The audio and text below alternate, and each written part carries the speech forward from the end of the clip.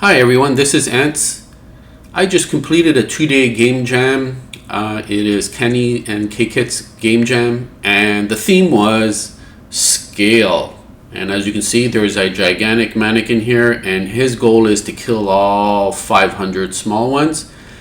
And I used Vertex Animation Textures for the effect that you're going to see. So let's start playing the game. So every tile is playing a Vertex Animation Textures animation. And we're going to switch up using this button here with the camera.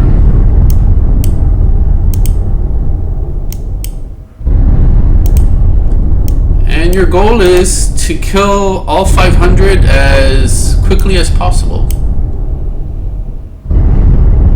And that's basically it.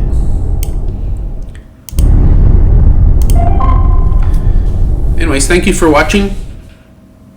The link to playing the game and also my Open VAT for Godot plugin will be in the description.